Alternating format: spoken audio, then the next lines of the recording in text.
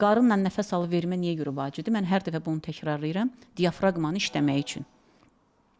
Bədən o qədər dərman qəbul edib ki, yəni burada bu diafraqmasını işlədə-işlədə qanda təmizləmə prosesi gedir.